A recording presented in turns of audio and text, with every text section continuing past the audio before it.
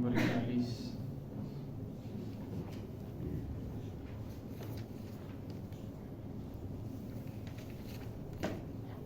صفحے کے شروع سے لائن نمبر 7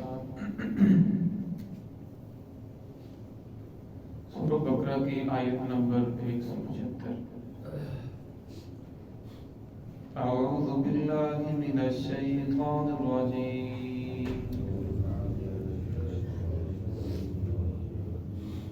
بسم اللہ الرحمن الرحیم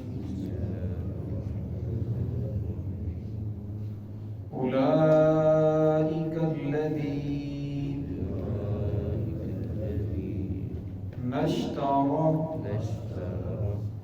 الضلالة بالهدى والعذاب بالمغفرة فما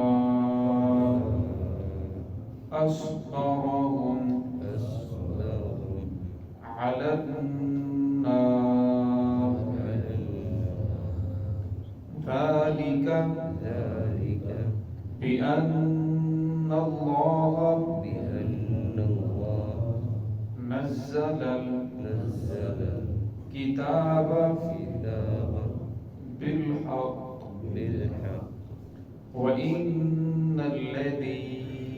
الذين اختلفوا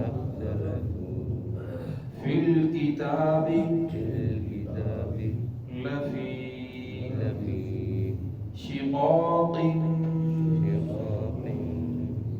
بعيد بسم الله الرحمن الرحيم أولئك الذين اشتروا الضلالة بالهدى والعذاب بالمغفرة فما أصبرهم على النار ذلك بأن الله نزل الكتاب بالحق وإن الذين اختلفوا في الكتاب لفي شقاق بعيد اولئک الذین اشتروا الضلالہ یہی وہ لوگ ہیں جنہوں نے خریدا ہدایت کے بدلے میں گمراہی کو والعذاب بالمغفرہ اور مغفرت کے بدلے میں عذاب کو فما اصبرهم علی النار یہ کیسے صبر کریں گے آگ پر ذالک بأن اللہ نزل الکتاب بالحق یہ اس وجہ سے کیا کہ بے شک اللہ رب العزت نے نازل کیا ہے کتاب کو حق کے ساتھ وَإِنَّ الَّذِينَ اخْتَلَفُوا فِي الْكِتَابِ اور بے شک یہ وہ لوگ ہیں جنہوں نے اختلاف کیا فی الکتاب میں لفی شقاق بعید اور البتہ یہ گمراہی کے اندر بہت دور چلے گئے ہیں گزشتہ آیات میں اللہ رب العزت نے ان لوگوں کے بارے میں جو محمد الرسول اللہ صلی اللہ علیہ وسلم کی جو بشمویہ تورات کے اندر زبور کے اندر انجیل کے اندر جو آپ صلی اللہ علیہ وسلم کی نشانیاں موجود تھی کہ آخری زمانے میں ایک نبی آئیں گے وہ آخری نبی ہوں گے ان کو جو کتاب دی جائے گی وہ آخری کتاب دی جائے گی وہ آخری پیغمبر ہوں گے اس کے بعد کوئی پیغمبر نہیں آئے گا قیامت تک انسانیت تو آئے گی لیکن انسانیت تک پیغام پہنچانا اس امت کے محمدیہ کا کام ہوگا اور فرمایا اس کے بعد کوئی نبی نہیں آئے گا اور تم تمام کے تمام نے اس پیغمبر کے اوپر ایمان لے کر آنا ہے ایمان لے کر آؤ گے تو اسی کے اندر نجات ہے اگر ایمان لے کر نہیں آؤ گے تو تم سب خرق ہو جاؤ گے عذاب کے اندر جکڑ جاؤ گے تو وہ لوگ ساری نشانیاں دیکھنے کے باوجود آپ صلی اللہ علیہ وسلم کی ساری نشانیاں دیکھنے کے باوجود آپ صلی اللہ علیہ وسلم کو جاننے پہچاننے کے باوجود پھر بھی ان لوگوں نے انکار کر دیا بات کو نہیں مانا اور جو ان کے ماننے والے تھے جو یہود کے علماء تھے پھر ان کے جو پیروی کرنے والے تھے وہ ان سے پوچھتے کیا یہ وہی نبی ہے جن کے بارے میں آپ کہتے تھے کہ آگے نبی آنے والے ہیں وہ آپ سے کہتے یہ پکا نہیں کہا جا سکتا ہو سکتا ہے یہی ہو تیل دیکھو تیل کی دھار دیکھو دیکھو کس طرح اگر ان کا غلبہ ہوگا تو یہی ہوں گے تو اس طرح حق کو چھپاتے تو فرمایا جو بھی حق کو چھپانے والا ہے تو اللہ رب العزت اس کے بارے میں 4 عذابات کا اعلان کیا تھا اور فرمایا اسی طرح جو بھی مسلمان حق کو چھپائے حق کو واضح نہ کرے یا حق کو پیش کرے لیکن تروڑ مروڑ کر اس کا معنی مفہوم بدل کر، فرمایا وہ اس عذاب کا بوجھ لے کر اللہ رب العزت بھی 4 عذابات کے اندر جکڑیں گے۔ پہلا عذاب یہ ذکر فرمایا تھا، فرمایا اللہ رب العزت کی ذات وہ لوگ اپنے پیٹوں کے اندر آگ کو بھر رہے ہیں، اور پھر فرمایا کہ اللہ رب العزت کی ذات قیامت میں ان سے کلام نہیں کرے گی، اور تیسرا فرمایا کہ اللہ رب کو گناہوں سے پاک نہیں کریں گے، اور چوتھا فرمایا وَلَهُمْ عَذَابٌ أَلِيمٌ، ان کے لیے دردناک عذاب ہے۔ تو آج کی جو آیات ہے یہ بھی ان لوگوں کے بارے میں اولئک الذین اشتروا الضلالۃ، فرمایا یہ وہ لوگ ہیں جنہوں نے گمراہی کو خرید لیا ہدایت کے بدلے میں۔ اللہ رب العزت کی ذات نے ہدایت دی لیکن ان لوگوں نے ہدایت کو بیچ کر اس کے بدلے میں گمراہی کو خرید لیا۔ والعذاب بالمغفرہ، اور ان لوگوں نے مغفرت کو بیچ کر مغفرت کے بدلے میں ان لوگوں نے عذاب کو خرید لیا۔ فما صبرهم علی النار، فرمایا یہ کس طرح صبر کریں گے آگ پر؟ فرمایا حرام کو حلال قرار دینا اور ناجائز کو جائز قرار دینا یہ ایسے ہی ہے جیسے گمراہی کے بدلے ہدایت کے بدلے میں گمراہی کو خریدنا اور مغفرت کے بدلے میں عذاب کو خریدنا۔ ویسے بھی دنیا کے اندر آپ دیکھتے ہیں نیکی کرنا آسان ہے، نیکی کے لیے اتنی مشقت نہیں کرنی پڑتی، لیکن گناہ کے لیے جتنی محنت کرنی پڑتی ہے، چوری ہو، ڈاکہ ہو یا کوئی بھی کام ہو یا فتویٰ فروشی ہو، تو فرمایا اس کے لیے جتنی انسان کو محنت کرنی پڑتی ہے اتنی نیکی کے لیے محنت نہیں کرنی پڑتی۔ پھر نیکی کرنے کے بعد انسان کے دل کے اندر خوشی محسوس ہوتی ہے، ڈر محسوس نہیں ہوتا، لیکن گناہ کرنے کے بعد انسان کا دل بے چین رہتا ہے، کہیں لوگوں کو پتہ نہ چل جائے، کہیں لوگ مجھے ملامت نہ کریں، کہیں فلاں کو پتہ نہ چل جائے، فلاں عزیز کو پتہ نہ چل جائے۔ تو فرمایا اتنا مشکل ہے گناہ کرنا، لیکن یہ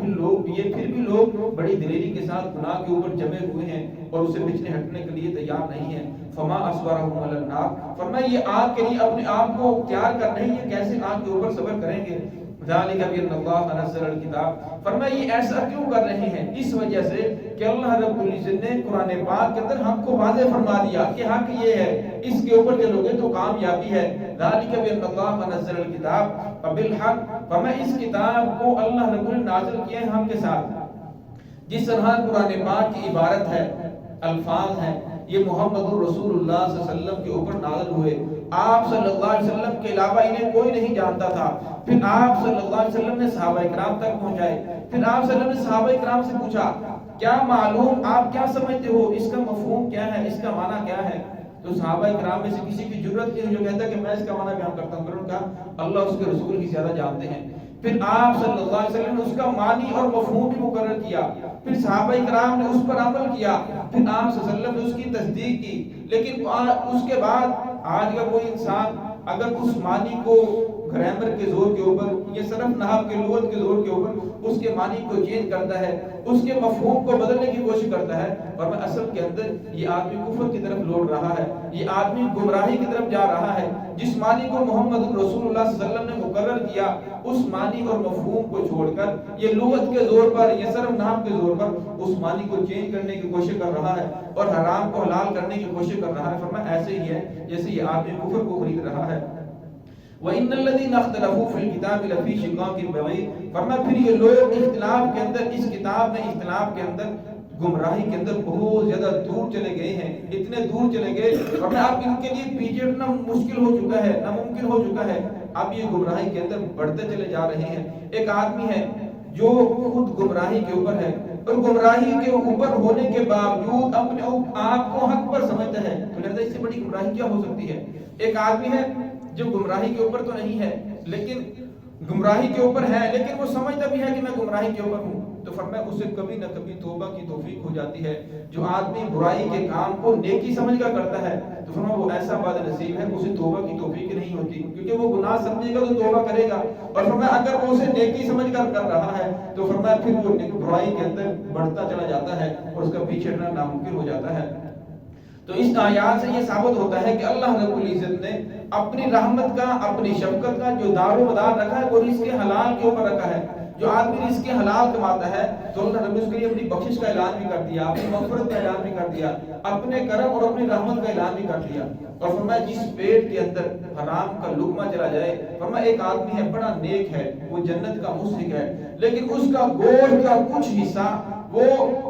حرام سے بن چکا ہے، تو بہنگی کی روایت ہے، فرمایا فالنار اولا بھی، فرمایا وہ جہنم کے اندر جانے کا زیادہ موسیق ہے، وہ جنت کے اندر نہیں جا سکتا، اس کا جو گوشت کا جو حصہ ہے، وہ گوشت کا جو ٹکڑا جو حرام سے بنا وہ جہنم کے اندر جائے گا، پھر اس کے بعد وہ جہنم کے اندر جلے گا، پھر وہ آدمی جنت کے اندر جائے گا۔ فرمایا حرام کا گوشت، حرام کا جو جسم ہے وہ جنت کے اندر نہیں جا سکتا۔ تو حرام کی یہ نحوست ہے، جب انسان کے پیٹ کے اندر حرام جاتا ہے پھر وہ نیکی سے دور ہوتا چلا جاتا ہے، نیکی کو دل نہیں کرتا اور برائی کی طرف آدمی بڑھتا چلا جاتا ہے۔ اور فرمایا پھر انسان دنیا کے اندر اس کا انسان کے اوپر یہ وبال بڑھتا ہے، اسے دین کی بات اچھی نہیں لگتی، تو آہستہ آہستہ پھر گمراہی کے اندر ایسا دور چلا جاتا ہے، پھر دین کے اندر اس کو شکوک و شبہات پیدا ہونے شروع ہو جاتے ہیں، پھر آہستہ آہستہ وہ بظاہر تو ہمیں مسلمان محسوس ہو رہا ہے، اپنے آپ کو مسلمانی کا دعویٰ کر رہا ہے، لیکن وہ ایسی ایسی دین کے بارے میں، محمد رسول اللہ صلی اللہ علیہ وسلم کے بارے میں، اللہ کی ذات کے بارے میں ایسی ایسی باتیں کر ڈالتا ہے جس کی وجہ سے وہ آدمی کفر کے اندر داخل ہو جاتا ہے۔